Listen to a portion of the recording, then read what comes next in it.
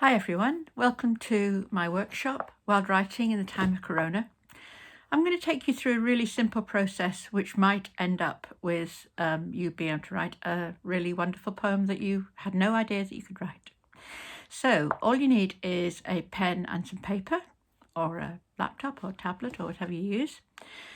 Can you write these four things down, just these four things that I say? The first one is a fruit. The second one is a touch, a human touch. Third one is a piece of clothing, so some sort of clothes. And the fourth one is an egg. So I've done this for Easter. It's a kind of Easter poem. And so I'll just go through this again. So fruit, a human touch, a piece of clothing, and an egg. So you have four things written down. And for each of those four things, can you just quickly think of one thing that is brought to mind when you say that? So when it's a fruit, write down whatever fruit you think of. So whatever it is. For me, it was, for some reason, a pineapple. And you do that for each of them. So for the human touch, the piece of clothing, and then whatever sort of egg it is. And as I said, the reason I put egg in there is to make it vaguely to do with Easter. So you now have a very different list.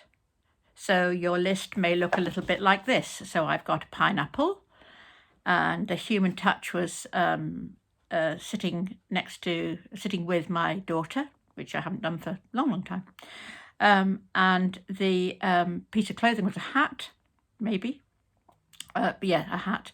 And the egg was a brown hen's egg, the sort I have in my kitchen.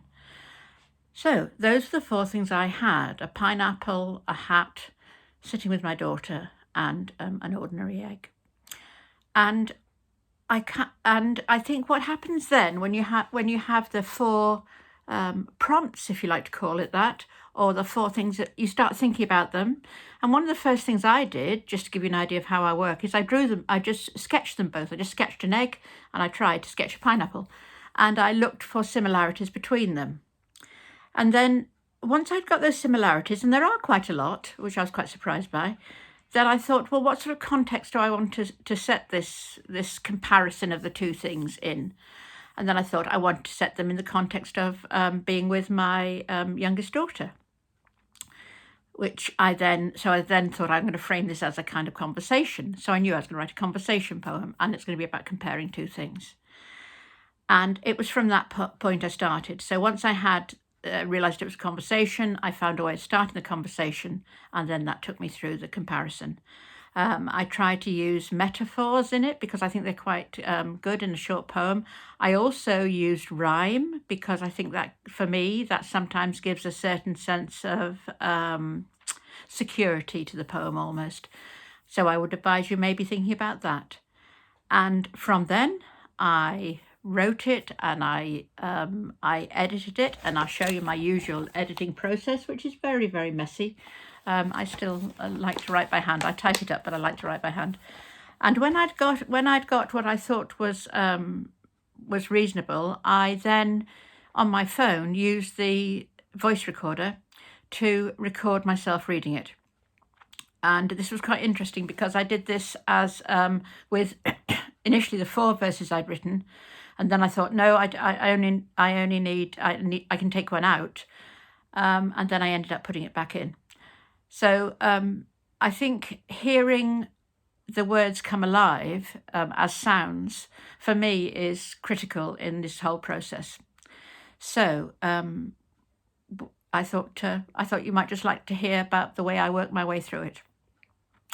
So I'm going to read you now the poem that is called, unsurprisingly, The Egg and the Pineapple, and it's for Connie.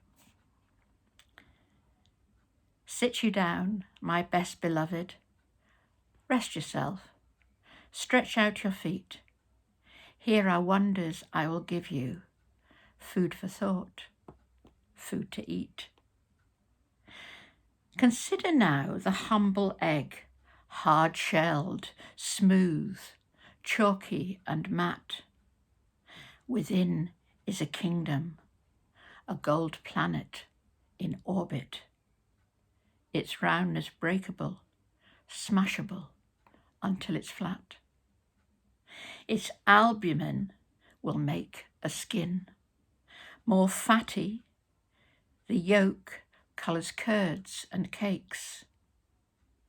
There's something very homely in an egg, with its hope of new life as the eggshell breaks.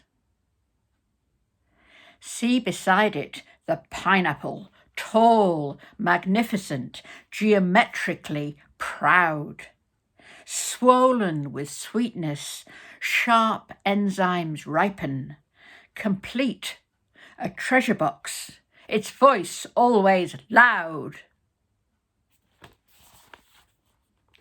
So now I ask you, best beloved, between these two, which would you choose? That question, I know, brings others following. So sit beside me, close now, and our words we'll use. That's my poem for my youngest daughter, comparing the not dissimilar virtues of the loud pineapple and the egg with the planet inside. I hope you've enjoyed this poem for Easter, and I will be back in a few days with another workshop.